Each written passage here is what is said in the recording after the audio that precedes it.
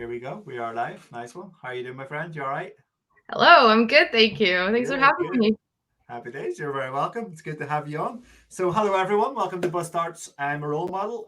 This is episode 10. Buzz Starts' mission is to change the status quo by upskilling and empowering 1 million women as digital entrepreneur leaders for the future of work. I'm Patrick Cutler, founder of BuzzStart, and I'm delighted to share with you all that we have a very special guest joining us today. Eniko is tuning in from our very own capital, Dublin City. Welcome, Eniko. How are you? I'm good, thank you. I'm excited for this show. Brilliant. Good. So am I. Let me give our viewers and listeners your grandiose introduction. So you just sit back, relax, and put your feet up and enjoy the show. So, Eniko grew up in Budapest, Hungary, where one of my best friends is from. Love it. With a 2-year stint in Washington, D.C. as a child, where her father worked as a diplomat, hence her slightly American accent. Eniko wanted to be a diplomat for many years due to attending many events with her parents and loving the idea of traveling the world and living in different cultures. She studied international relations at university, but then was granted an exchange year in California at the University of California, Santa Barbara, which had a massive impact on her life. A culture shock. Off the back of scholarship, Eniko managed to get an internship for the summer in Washington, D.C., working in a non-governmental organization. Budapest felt small after all these experiences in big cities, and Eniko tried various ways to get a job in San Francisco, which she fell in love with during her exchange, but she didn't have much luck. She was offered a job to move to London to work at GE Capital as a social media manager for recruitment, with little actual experience but huge enthusiasm. She spent a year and a half learning and sharing her knowledge with various senior executives and building the social media presence of their company page. She then moved on to an agency due to an itch that needed scratching, but quickly realized that agency work was not her cup of tea. The levels of hierarchy didn't match her personality, and she was young and, in her own words, had an ego that needed to be reined in, which we'll talk about later. She would leave to join a tech startup as an early employee in London, where she found much support and enjoyed the work immensely. One formative experience in this role was spending 1 month in Riyadh in Saudi Arabia. During this time, Eniko and some other amazing women created the company, the non-profit Developer, which is an inclusive community of women in tech and entrepreneurship to support them with events, workshops, and other things. Eniko will go on to have several bad experiences with women leaders, even bullying. These experiences still impact her today and have made her an advocate for women supporting women in the workplace. She began interviewing for new jobs, which she found difficult as bullying had led her to believe she wasn't good enough and found it extremely tough then to sell herself. She got an offer at a great company, but her decision was influenced by her wanting to prove her worth and ignored the signs that indicated that it wasn't the right move. She ended up leaving the company after 6 months. She decided to move back to her family, take a breather, and study to apply for an MBA, but then decided against it due to some great advice. She started to visualize what job she wanted, and just as she was getting worried that she was running out of money and time, she got a fantastic job, the job that she wanted. She moved to Dublin for a new job from London just as a lockdown happened and pandemic, and had to learn to be alone in a strange city in a new job, and this has been a difficult time. So, Eniko, let's kick off. How did that sound? Sounds great. Great introduction. Thank you. Brilliant. Good, good. Tell me a little bit about your time in Washington as a child and how it influenced your thinking for your future career. Oh, well, it definitely, like, I moved to DC before, like, without knowing English too well. So my first 6 months, I remember as of just smiling at people and when they were talking to me. And then after that, something clicked, and I started understanding everything people were saying to me. And hence the American accent formed, and I mean I really loved that experience. I mean, as much as I can remember, but what I definitely learned from it is just to be super adaptable and open to and just understand where people come from when they're coming from somewhere else. And I've moved to London. I'm in Dublin, so there's been a lot of experiences that helped with tying it back to when I lived in DC. Is just that I became the person that kind of really understands kind of how it is to come from somewhere else, and how and I can really be supportive of others and understand their struggles, and that makes me, I think, like very very much like someone who really enjoys getting to know other cultures, and very like, I'm a very inclusive person as well because of that, because I know the struggles that people can go through. Sure, brilliant, nice one. Thanks for sharing. You mentioned experiencing culture shock when you moved to California for exchange year. Can you tell me more about that and your falling in love with the art of marketing and consumer behavior? Yeah, so when I moved to California, I had because I had lived in the US, I thought it was going to be one of, it's I've done that. I've been to the US several times, but then moving to a place in California in Santa Barbara where it seemed like it was just one of those where what you see in the movies, the California living with the Ugg boots and short jeans, and everybody's kind of going someplace. There's always a house party, and it was just kind of like a movie come true. But also in the education system, that is really what it was really contrasting to what the education system in Hungary is that there it was when they asked you to write an essay, it wasn't about if you remember exactly the words on this sheet. So in Hungary, a university expected us to read the book or whatever we had to learn and then just give the same thing back. So it was more about like your ability to study everything and give exactly the same thing back. Whereas in California, the expectation was read the books, attend the seminars, but form your own thoughts. And I remember my first test, they asked like a very wide-ranging question that wasn't anywhere in the books. It required me to have my own thoughts. And I was like, wow, okay, like how will they know if this is correct? And I realized that what they wanted was for me to form an opinion with all those different resources that I had at my disposal. And it was really interesting because it gave you this a certain type of freedom to creatively approach a question or a problem that they posed to you. So that was really like, it was actually quite difficult because in a way, if they give you, there's a book to read, to learn, if you learn it and give it back, that's kind of, it's hard to learn, of course, but it's kind of an easy way out.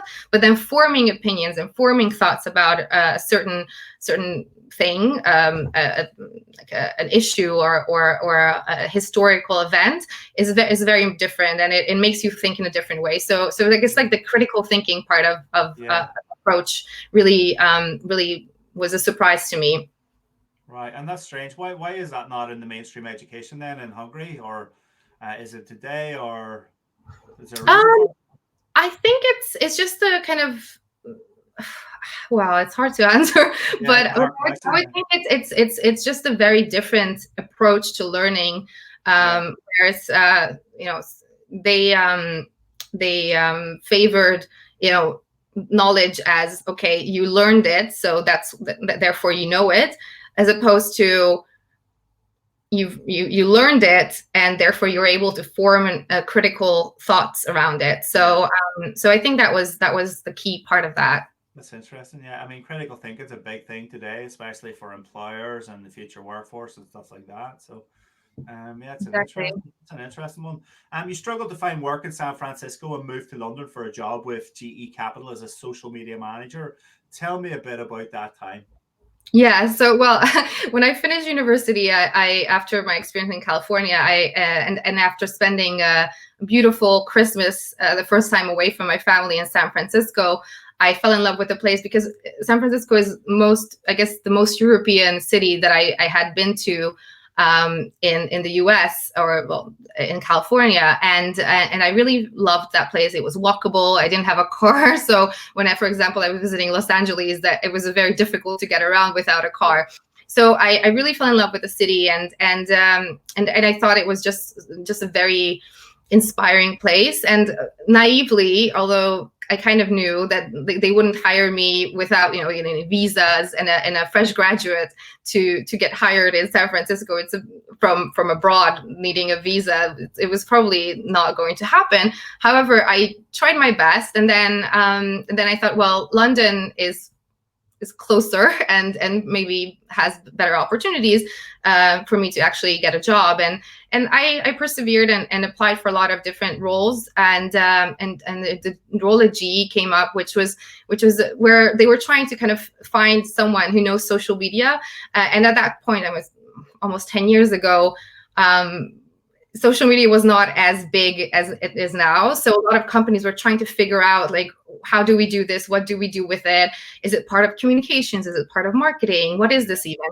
So they hired me because I had done a couple of things in Hungary that were somehow associated with social media, and also like I was very enthusiastic and I really wanted to prove myself. So one of the things I learned there is that, like, really showing passion and enthusiasm for the role, and like having some skills, but obviously I was a fresh graduate, so I didn't have that much of a lot of background in anything really, and also it wasn't what I studied. So so that was a really interesting, like, I was very surprised when they hired me basically, and it was a very, very exciting time because I decided to move to London. I got the job offer and they were like, well, when can you start? And I was like, well, when do you want me to start? I didn't have anything but time on my hands. So 1 month later, I was living in London, and I thought, you know what?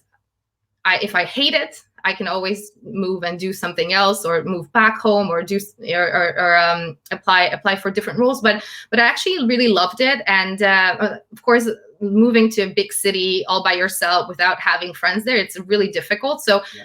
I struggled with that for a couple of years because when you don't have really close friends to confide in or talk to or share experiences with.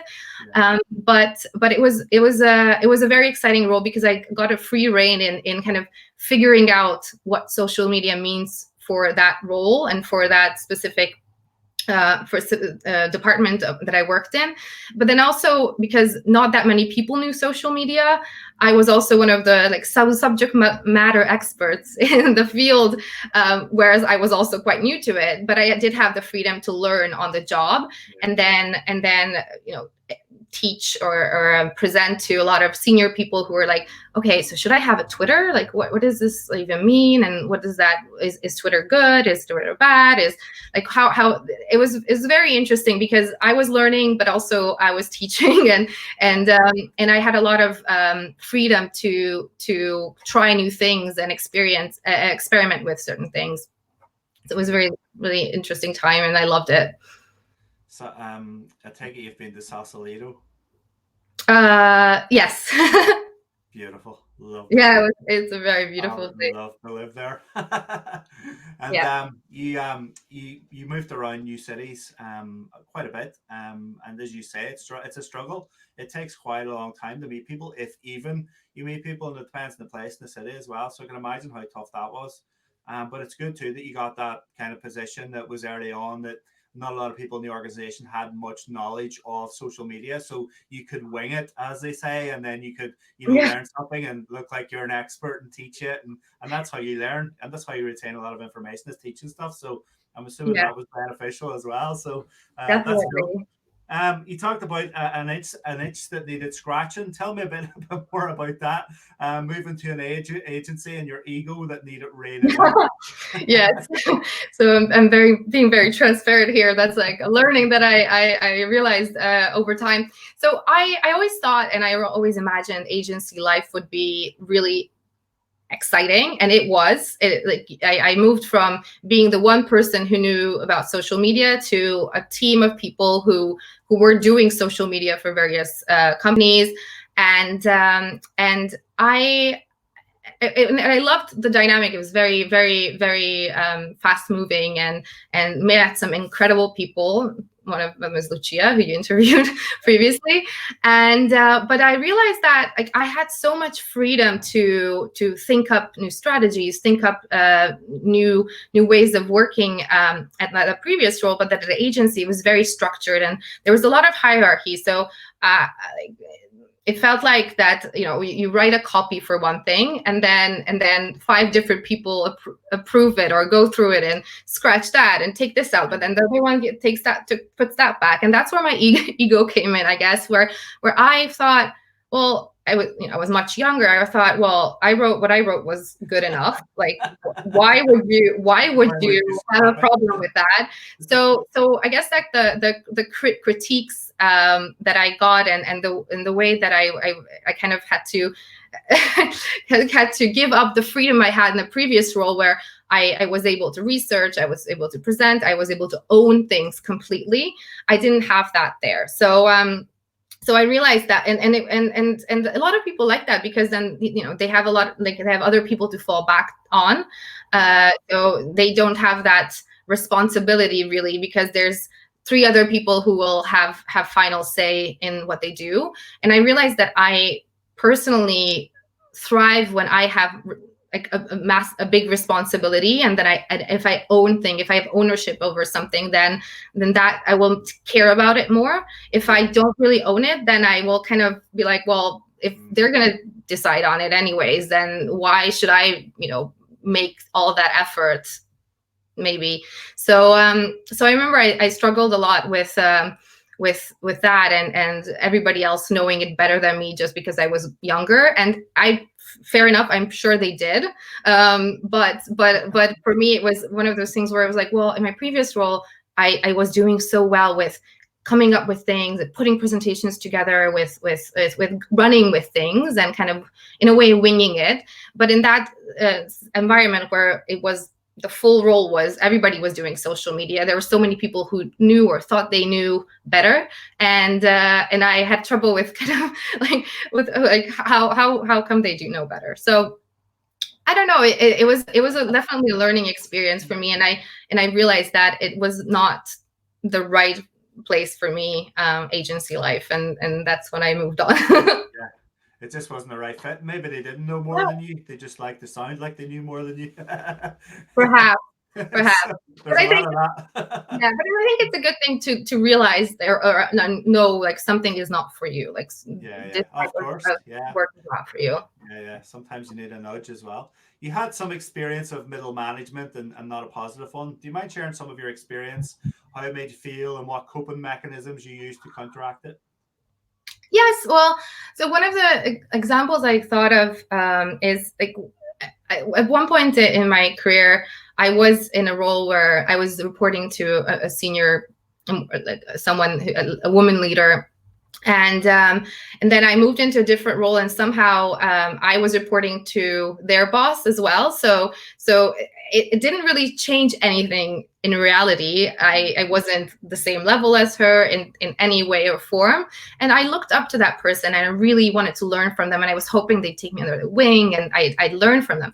However, what happened in actuality was that they started to look at me, for how I experienced it, as almost competition.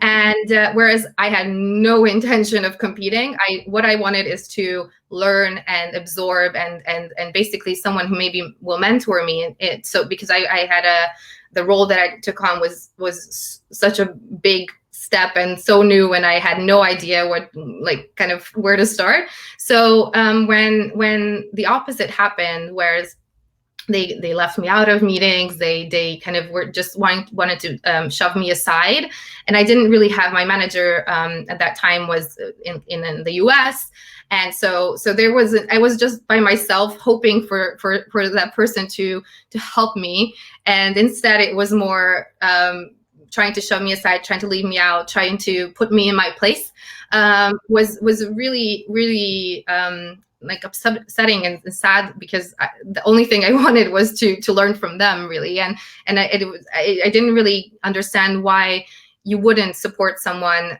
who doesn't have any ulterior motives. Like I obviously wasn't in the position to want her job or anything. So that was it made me feel quite alone, and quite like someone who just doesn't have anyone to help them, and that's what I needed, is someone who's more experienced to be like, this is how you do it, let me help you, let me talk through this. But they didn't really want to take on that responsibility, and they just looked at me as someone in their way.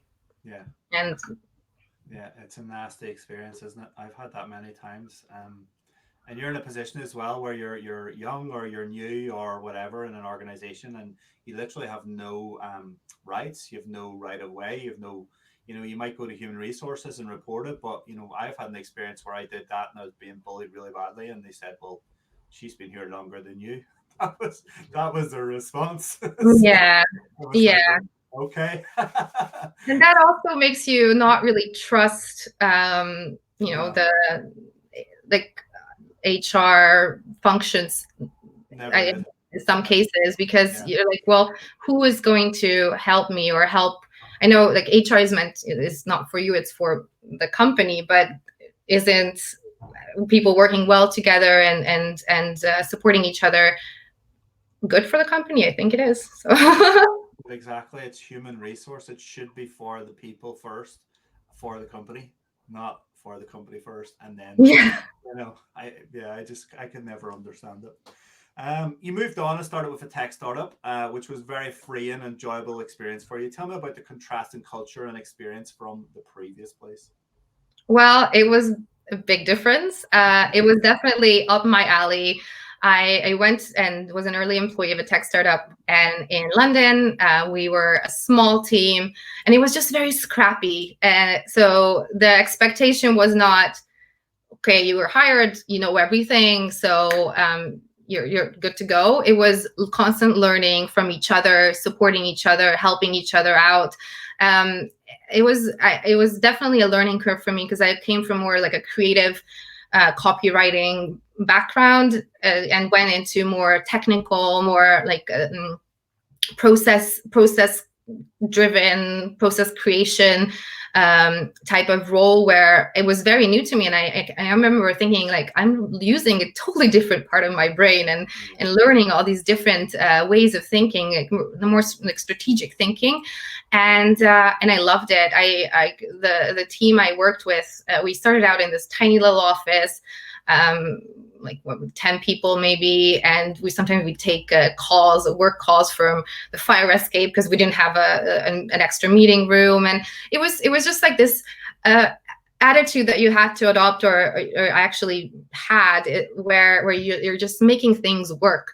You will find a solution, because there's no one else who's going to like hand you a manual of this is how you do it. Yeah, You just talk to people, you tried your best, you kind of like hustled in the best sense of the word, to make things work, and you were awarded for it. And it was fantastic. And I had some incredible bosses at some points, and incredible colleagues that felt, and still today feel, like family to me, because we just worked together so well, and we supported each other, and made sure that everybody feels supported and gets the help that they need. And it was really, really fantastic. And I honestly, it was some of the best years of my career so far.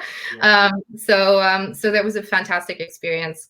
Yeah, that startup culture can be nice. It's a rarity for that experience for most people in the working world. Or they ever experience anything like that? So you're very lucky in that regard.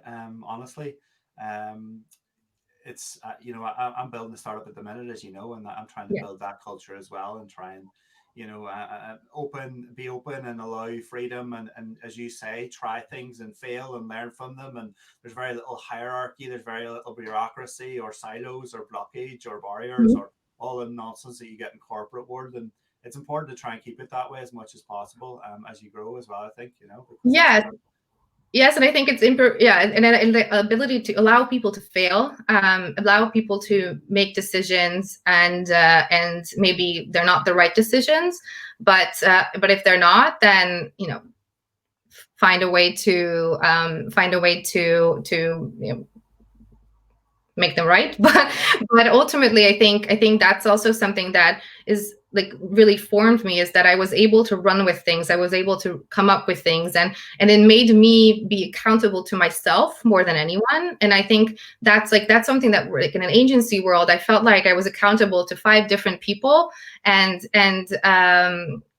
so it took the pressure off me. But I guess like I need the pressure personally to really thrive, to be able to, like, I own this. So if something goes wrong, it's my responsibility, and then I will do my best to to make it work.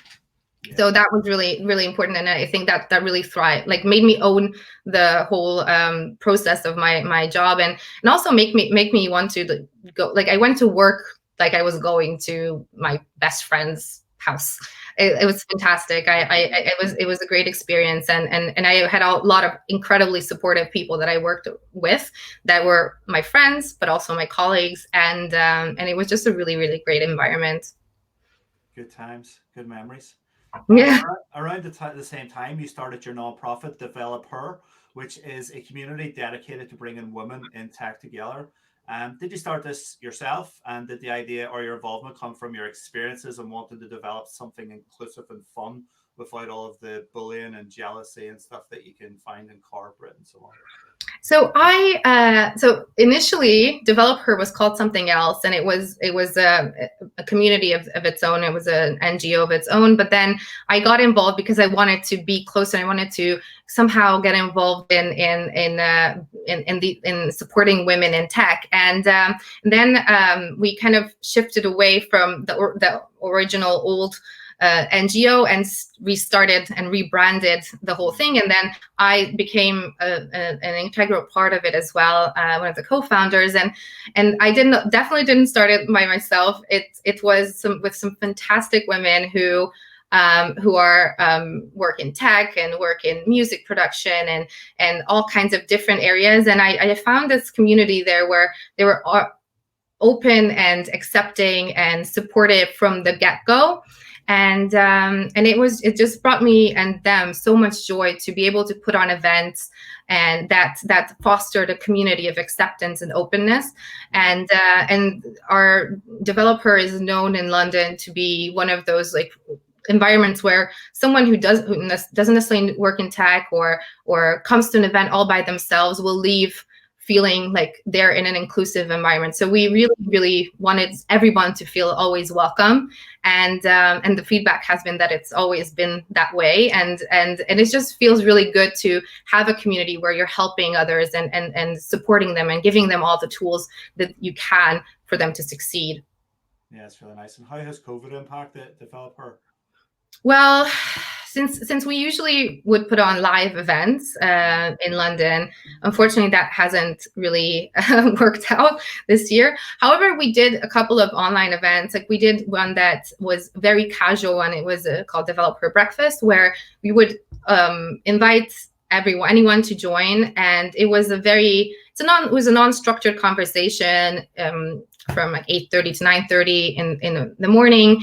And we wanted it to be just this conversation where people can share thoughts and ideas and any troubles they had, or just to find other people around London. And actually, it was in a way it was global, so because not just from the UK. People didn't just log in from the UK, and it was just a really good way to just chat and say, okay, we understand what's happening and we can share it, and then off the back of that we actually created a Slack channel that was meant for the same reasons, just to be able to converse and talk about and also share jobs, because a lot of people had lost their jobs or had kind of rethought their career during COVID, either because they lost their jobs or they kind of had time to think about what they want to do next. So it is a platform for them to meet and connect. And I think it helped me definitely, because I met some amazing women, but also hopefully helped others as well to either meet someone new or connect with someone new, or just learn from someone who's maybe doing something that they want to do. Yeah, that's nice. It's a very nice thing. You've had a bad experience with a woman leader and bullying, as you said. Can you share your experience or some of it? Yeah, I guess like it's just I guess like one of like what I would want to talk about is how bullying, you don't really realize, I feel like you don't really realize that you're in a bad situation necessarily when you're in it. I personally didn't realize that was happening until afterwards, or until someone told me what it was actually is.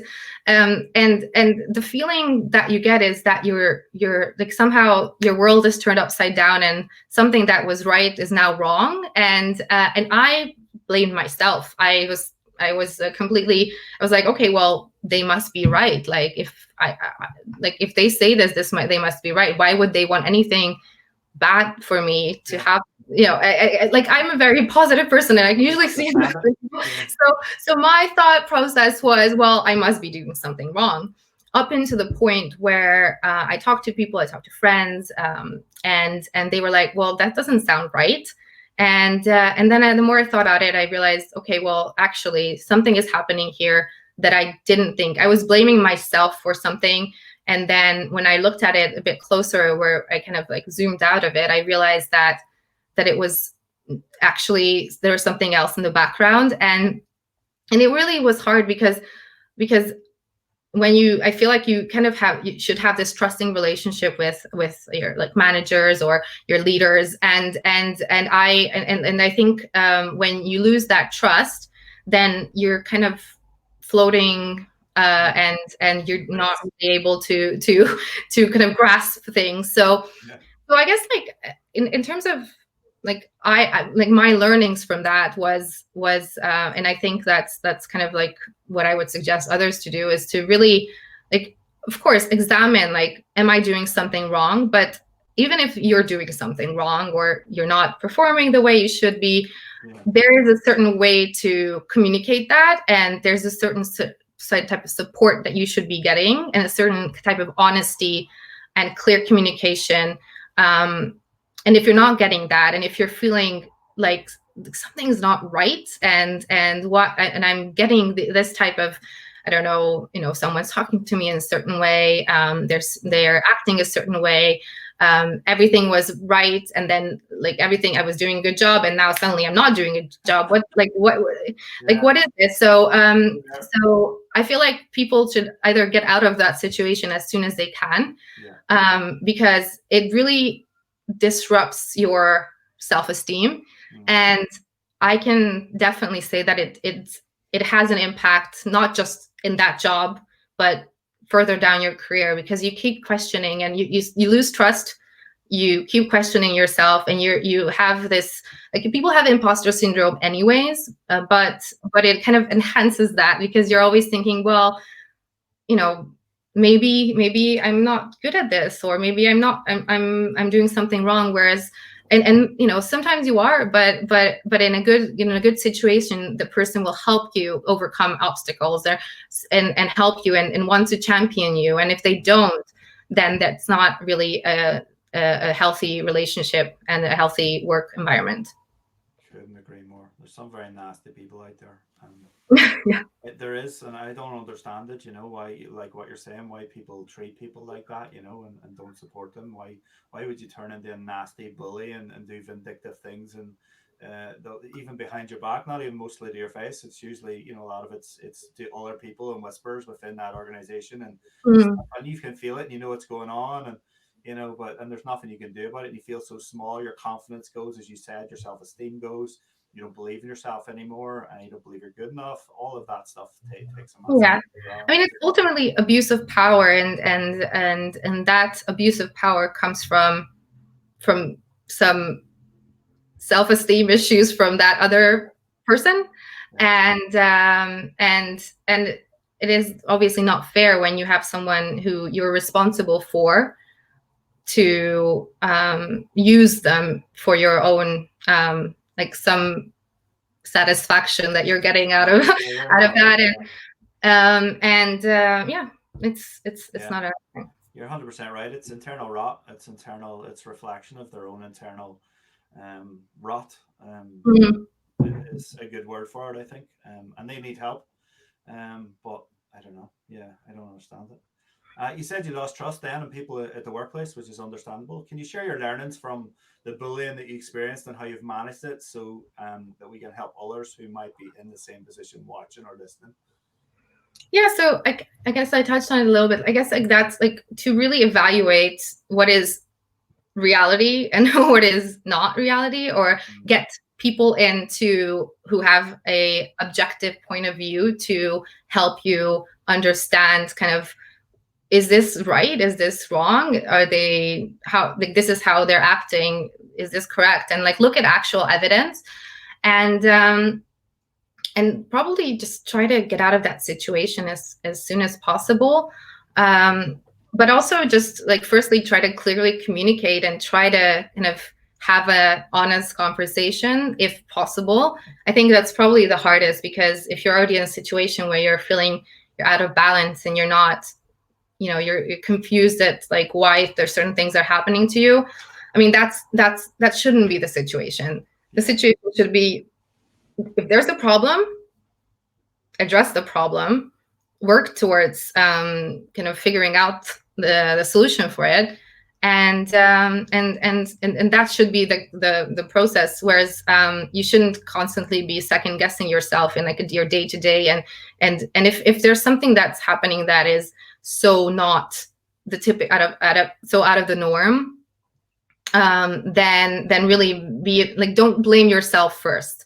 I think like try to be objective of how you view yourself and your actions, and don't assume that they're right.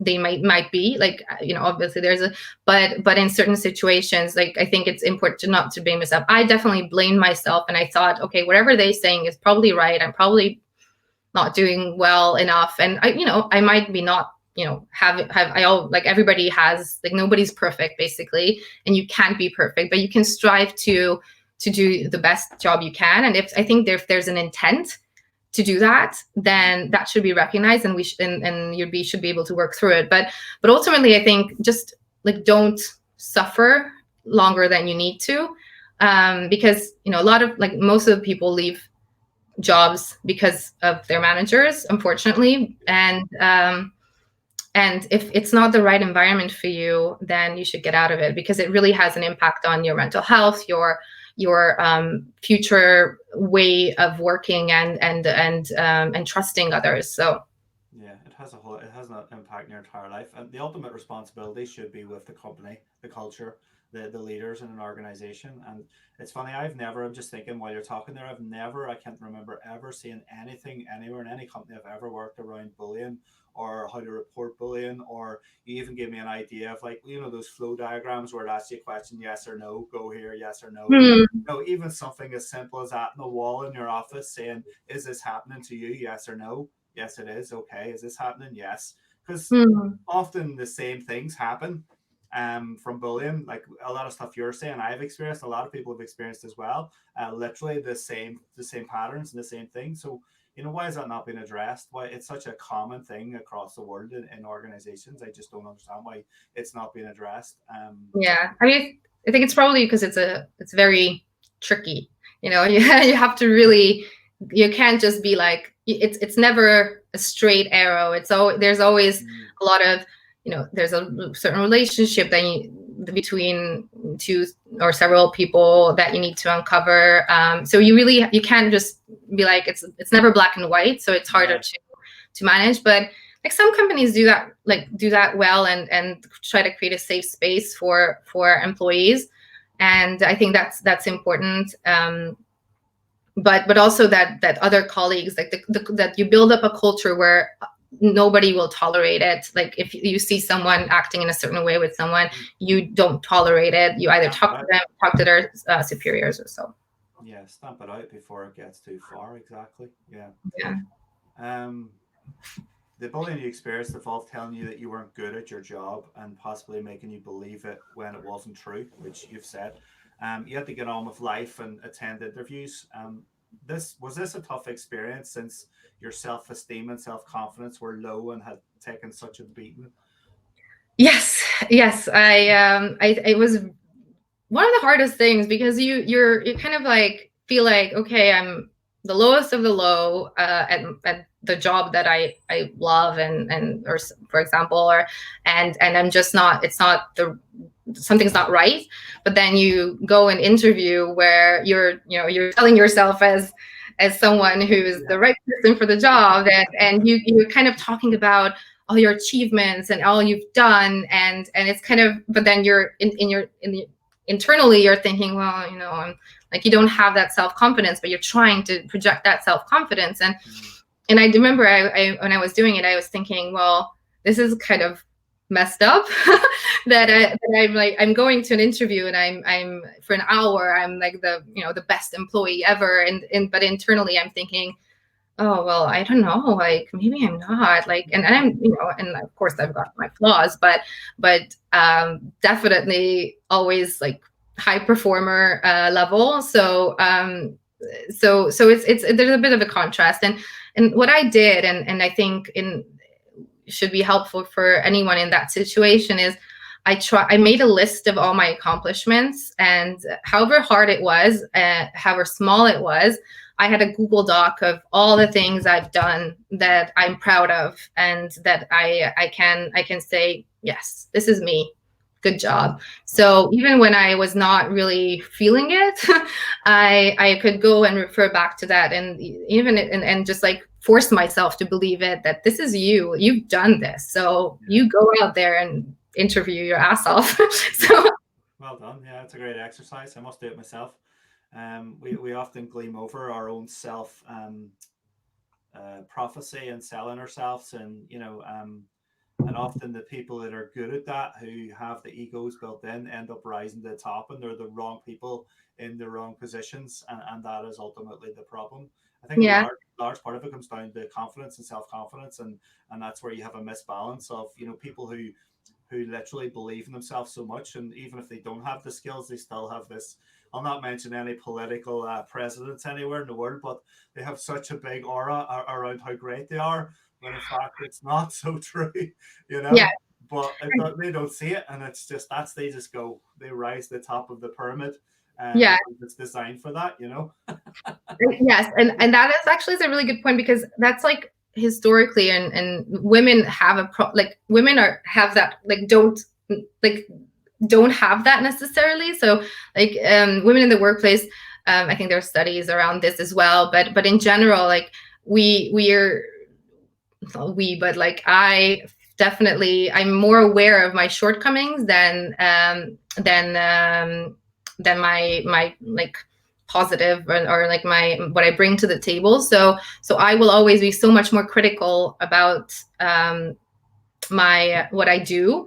Whereas like some, if we're referring to a certain ex-president, then if like they will just kind of, they will succeed with the sheer ego and self-confidence, and I look, in a way I admire that, but it also is one of those things where it can also end catastrophically. But like one other point I think is important is that companies should also be more involved. Like they should train managers. Like they should, I like really, like if someone's going to be a people manager, they should really train them and evaluate them and rigorously, because people, like, I don't know how, like most people, or a lot of people, are just not naturally people managers, and maybe they could be fantastic ones, but they shouldn't be learning how to be a manager on their own time at home if they want to. Like I know like some people will have that will, and they want to succeed, and they want to be really good managers, so they will take the time to be like, okay, after work I'm going to read this book, I'm going to read the articles, I'm going to do all this. But some people won't, and then then it just ends up being this whole mess of a professional relationship that could be better if if they're taught certain structures and certain ways to communicate. So I think that's also important. Like it's like, I think bad managers are made because they're not actually trained, or maybe they are selected when they shouldn't be selected as people managers, or they shouldn't be in that position. Everybody can be taught, at least up to a certain degree. So at least that's something that a company should really take responsibilities for, is to train people to be managers, because like that's not natural. Like I'm sure some people are natural people managers, but I think most people aren't, because it's a completely new skill you have to learn. So like some companies expecting people to move up the ladder and then become a people manager and then kind of know what to do is setting them up for failure as well. And that's, I think, what actually creates that environment. Then their subordinates, or people who report to them, kind of creates a place for bullying or for mismanagement and unhappy employees. Yeah, So it's a it's two-way street, basically. That's what I'm saying. yeah. There's a lot of different elements to it. I've always seen it or think of it as the system has created a pyramid, and the top people want that middle management to keep them away from all the mess down here. We don't want anything. You're coming in to do that, and then it attracts a certain kind of person because to them it says control, it says more money, and it says less work because I can delegate to these people below me, and I just have to keep them happy. And if I Yeah. do that in a very sneaky, smart way, by control and bullying, and this isn't the case with everywhere and everyone, but I've seen it so many places, it's crazy. And I think that's what it attracts, it attracts a certain kind of person because they see those elements and they just see an easy ride and they get paid for it. And it feeds their ego as well because they've got this control and thing going on. And that's what I've always seen anyway. But there are great people out there and great managers as well. Mm, No doubt. But I think definitely. we're leading into a future as well. It's moving away from a lot of senior management or middle management, and it's a more flat structure of working and more Mhm. customer centric goals and objectives and smart startup kind of structures and agile methodologies and all. And that's all Yeah. the stuff I've kind of included in my program for creating and training digital leaders, women digital leaders, with the view to what you're talking about. And that is the idea and the plan is to give them the skill sets to be those people, the empathy, compassion, all the soft Mhm. skills that are needed to deal with people, because people are intricately emotional, and you've got a lot of stuff going on there that you can't even see, that's going on in their home life or their relationships or whatever. So there's a massive dynamic of stuff going on there that you have to deal with. You Yeah. decided to take some time out and you go care for yourself and go back and spend some time with the people you love, your family back home. Was this a nice time for you? And did you get to do some healing at that time? Yes, yes. So, and actually, I have to give kudos to my sister who helped me actually make this decision. I had I at that point I was like, something's not right. I want to just do something else, but I never had the courage to even kind of think like, okay, I'm going to take time out. That was not something part of my vocabulary. And but then I remember we joked about, oh, how fun would it be if I would come back home for like a month.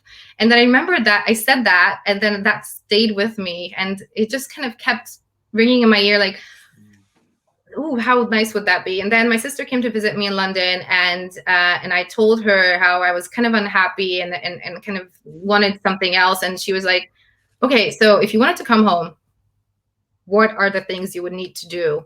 And we talked about it in an actual way and actual step, talking through like the actual steps. And it just gave me so much clarity. I was like, I can do this. Like, I can actually do this.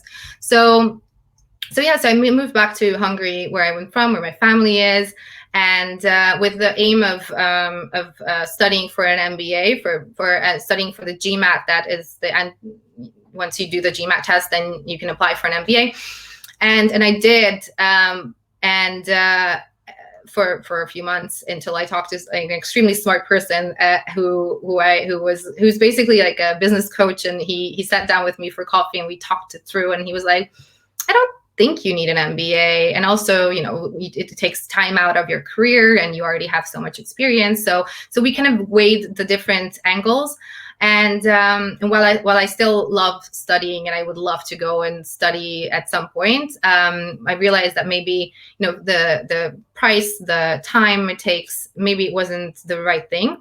And I spent some months basically doing GMAT studies, which are actually really cool. A lot of strategy, a lot of like reasoning, and some mathematics. Back high school, like memories of me not being that great in maths came back. And so I was just like this relaxing. Like, I walked the dog several times a day. Yeah. I did some exercises. I read books. I like, the days went, and I realized really quickly that it was just very nice to just take a step back and also just let myself think about what I actually want to do next, and actually what roles I want, like what career step I want next. Because I thought I was done. I kind of thought that I was done with what I did previously. and I was thinking, I think a sign of burnout is when you think it's going to be the same thing everywhere, like same old things. And I was like, well, I'm not excited about that. So what should I do? And I always I did a year of working in partnerships in my one of my previous jobs, and it was really hard. But I kind of built things from scratch, and I while it was incredibly hard, I did enjoy it. So I thought, okay, maybe this would be a good place to go, is to work in partnerships, and then from then on, I kind of started to narrow down what I wanted, and until I realized, oh shit, this is like, sorry, this is like the role I want is super narrow. And then I got scared. I thought, okay, well, how am I, like, there's not that many out there, so how am I gonna actually get that?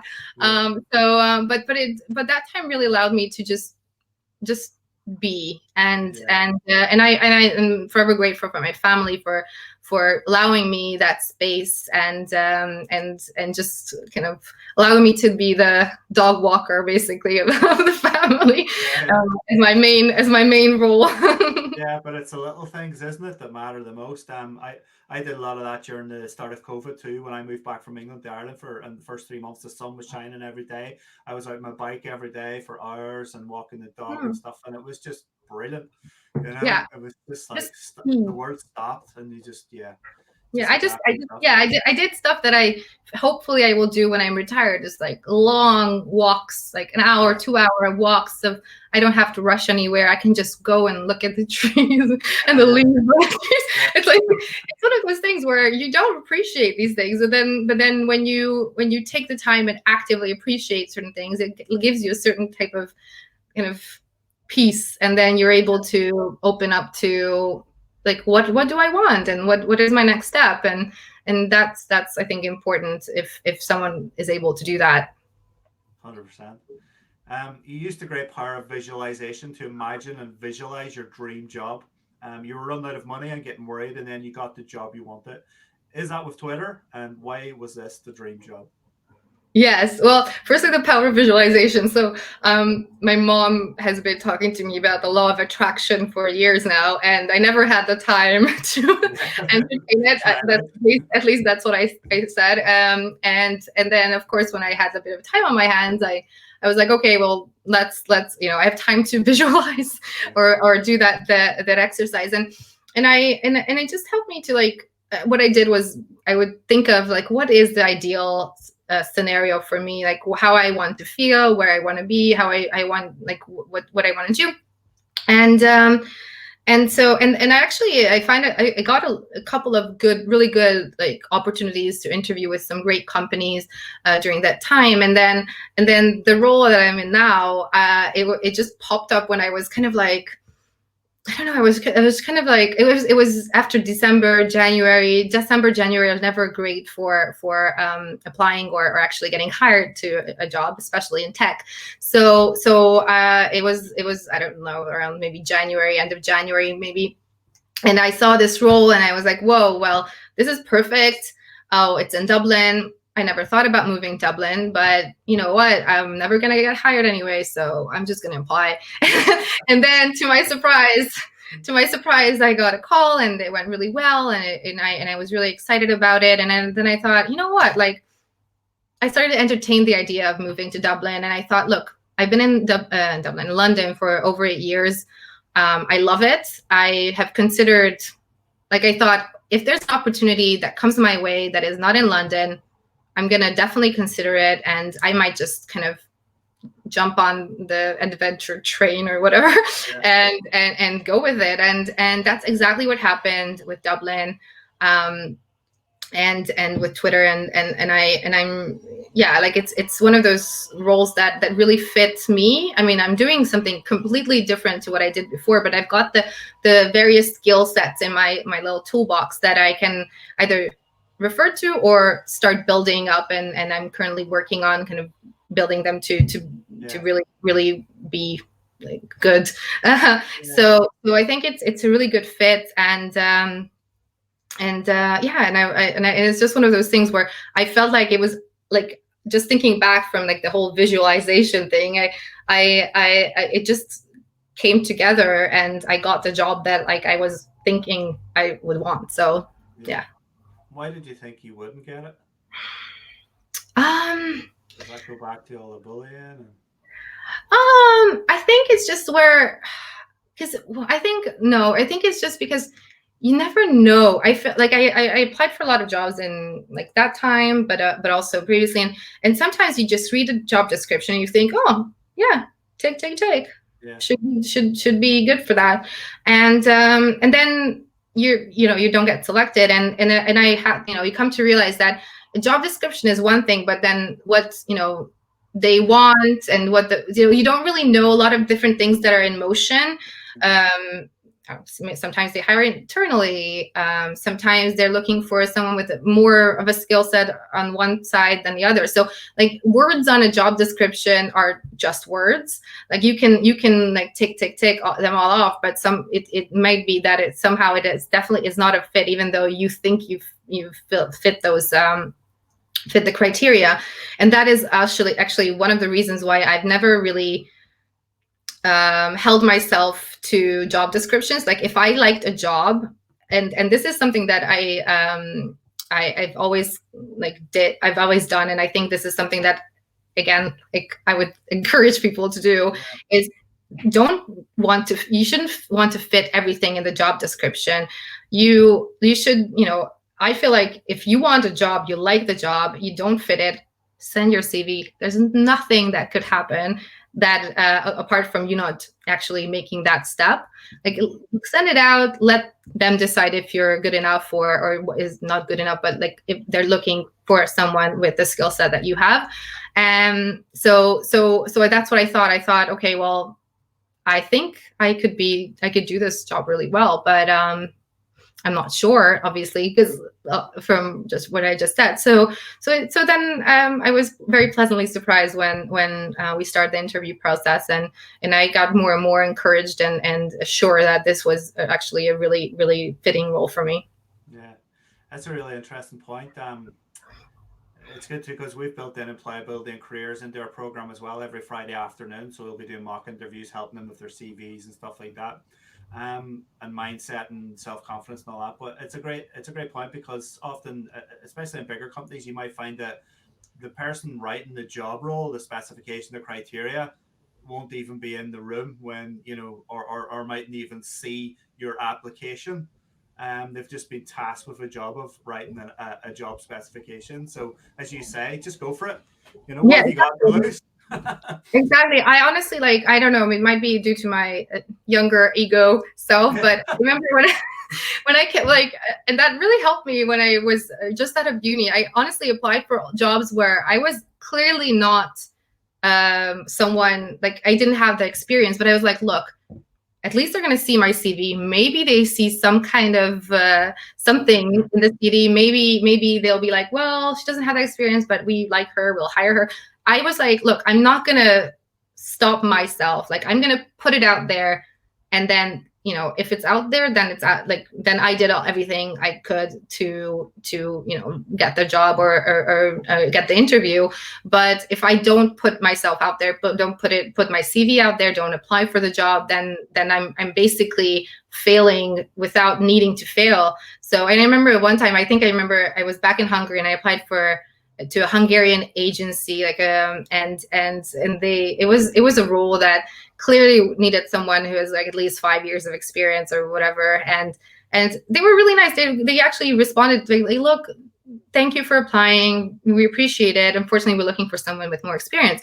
But it wasn't, nobody's going to laugh at you because you applied for something that is way out of your league. They might just say, okay, no, but I'd rather have someone say no than me never trying. Yeah. And so I think that a lot of people do that. They kind of like count themselves out even before they have the chance to actually have someone else evaluate if they're right for it. And I think that's important as well. It's just go for it, and then it doesn't work out, then you did everything you can, and then your conscience is clear. Brilliant. Yeah, love it. For your dream job, you had to move out of your comfort zone once more, move from London to Dublin, and during a pandemic as well. And it's hard enough moving to a different country, but what was it like moving during a pandemic? Well, so when I moved to Dublin, I thought the pandemic would be over in like a month or so, or, oh, it's not, it's just whatever. Like, I honestly thought it was going to blow over very quickly. Obviously not. So I moved to Dublin, and on the Sunday before my first day, my boss called me and was like, well, for now, don't come into the office. We have certain like travel restrictions, so you'll have to quarantine for 14 days. We'll give you your laptop, and then we'll see how it goes. And then, of course, no, everybody was asked to start working from home. So I actually never even made it to my floor of my office, Yeah. And I never really met my team. I've only met physically. I've only met my team. Well, my manager I met twice, but and some of my teammates I haven't even seen live, which is so strange for me because I'm extremely social. I really thrive off of people's energy. So I guess like the first 3 months. So I spent the first 3 months of the pandemic, or when I started my role in Dublin. And I mean, it was quite hard because you're trying to navigate a lot of things that you would pick up on the job, or go in and like watch people do things, or kind of understand things how they're done, like by observing. I didn't have so I always felt like I was kind of walking around in the dark and trying to, like, I didn't know if I'm doing this right or wrong, or am I like making a total fool of myself by doing this or not, because I couldn't see people like reacting to me really. And but my team was fantastic really during that time, and now it's just become this normal state of being, really, of kind of working from home and seeing my team on camera. So I mean, it's hard. I went back to Hungary for a few months during the summer to work from there, and now I'm back in Dublin, and it's definitely a tough one, because you're kind of, you don't know a lot of people in the city, you don't really know a lot of people in your company, and when you move, when I moved, I originally thought, easy, I'll go in, start making friends, I'll have friends. That's all it's gonna be. And then with the restrictions and everything, it just became much harder. So yeah, it's really hard to build relationships that are not just focused on the daily tasks at hand.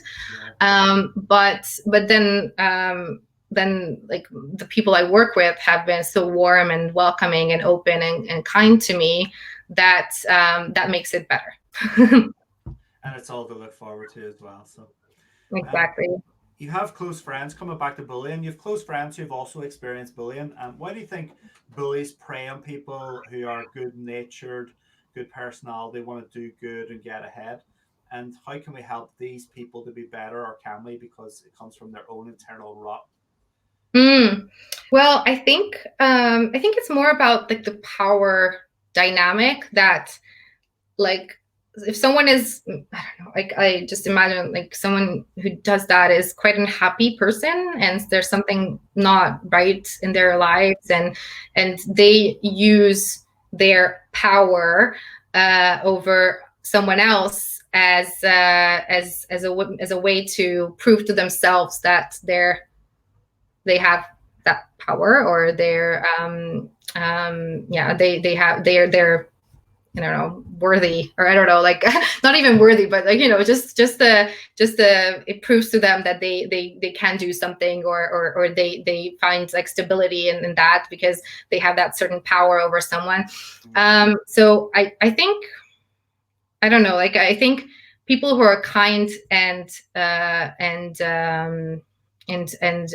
good people and helpful, they might think that they're also weak, and that's also, I think that's a really bad misconception. And I think but those people are the ones who are going to be like, see the best in the other person, so they won't really see what's happening, and for a very long time, potentially, until they're in that cycle of where they were like, how did I even get here? Yeah. So I think it's difficult, but I think, being being kind of aware of like being more aware and don't not assuming everyone's out for your best interest. Like I always thought like for some reason that my manager is out for my best interest. And I've been burnt a little bit, more than a little bit around that. So just kind of being aware and kind of understanding the dynamics that they might be going through and what their priorities are, what they are striving to, and how they could potentially use you for that. And then, again, like I don't think that in a lot of cases, I don't want to. I really believe in that people want to do good and be good to people, but I do think that some people have some kind of trauma or something that kind of turns them in the wrong direction, and for that reason they try to kind of impact other people's lives so that they can feel better, and not necessarily not in a good way. But I don't know, like I definitely think that like it doesn't mean that you shouldn't be kind and a good person and nice to people. Like I worked in a role where I was in a sales role, and I worked with a lot of really aggressive salespeople who were just very direct, very kind of intense, and you really had to be put your foot down for your thoughts and in your ideas to come across. And I remember the person who hired me into the role, he came to me after, I don't know, some time passed, and he was like, look, when I hired you for this role, I thought that you'd be eaten alive because you're so nice and you're like friendly and kind to people, but they're eating out of your hands. And I was like, well, because you can be firm and direct and get your point across without being an asshole.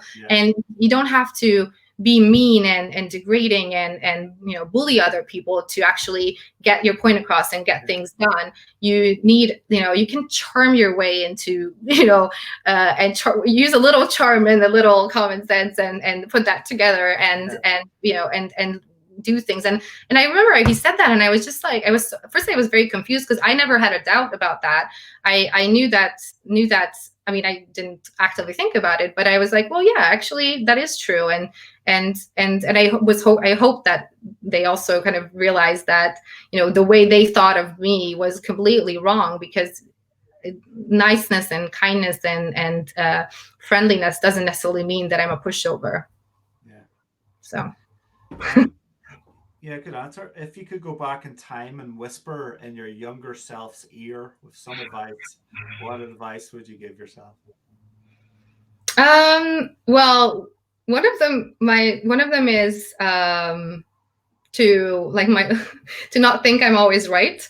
That was like my old self is thinking that I like my opinion like that. I think that's like the arrogance of youth, as they might say, is that you kind of, you don't really know what's what in the world. You haven't really kind of established yourself as a professional. You don't really know what that means to work in a professional environment. So you kind of think that you know everything. Well, you don't.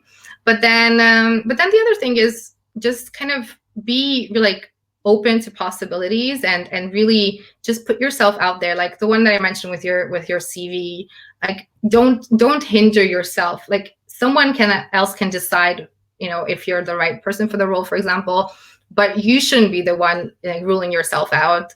That's one thing. And then also just like in terms of like when I was looking for my dream job, for example, I looked at a lot of people's LinkedIn's who I thought they were doing some really cool things, and I would always like look at like what their career path was, and just kind of really observing like, okay, so they did this and that, and that's how they got there, and just kind of like that helped me to understand kind of how I want, like what kind of jobs or roles or titles that I have to apply for to get to a certain place, for example. So that's definitely another thing. And also just be kind. Yeah. 100%. Thank you so much for your time, Eniko. This is the end of your role model series. Thank you for sharing your story. It's been great, and your tips and your knowledge. There's some great golden nuggets of advice in there for sure. As you know, we're launching our talent course program now on the 27th of November in Greater Manchester, Lancashire. We won the bid. So yeah, we're going to be training 42 women. Is the future digital leaders for the future workforce, which is very exciting. So hopefully we might get you on then as well, to do a little talk or something, and share a bit of knowledge with them as well. That'd be really cool. But thank you once again. Thank you so much for your My time. pleasure. Thanks for having me. And It's fun. I hope everything works out for you and COVID disappears very soon and you get to go and enjoy Dublin and have a pint of Guinness and some potato crisps and Irish stew and everything else. So yeah. Cannot wait. The real Dublin will show themselves to me, I'm sure. And you'll love it. You'll enjoy it. I'm sure. Thank you. And good night. Thank you. Good night. Thanks, Eniko. Bye. Take care. Bye.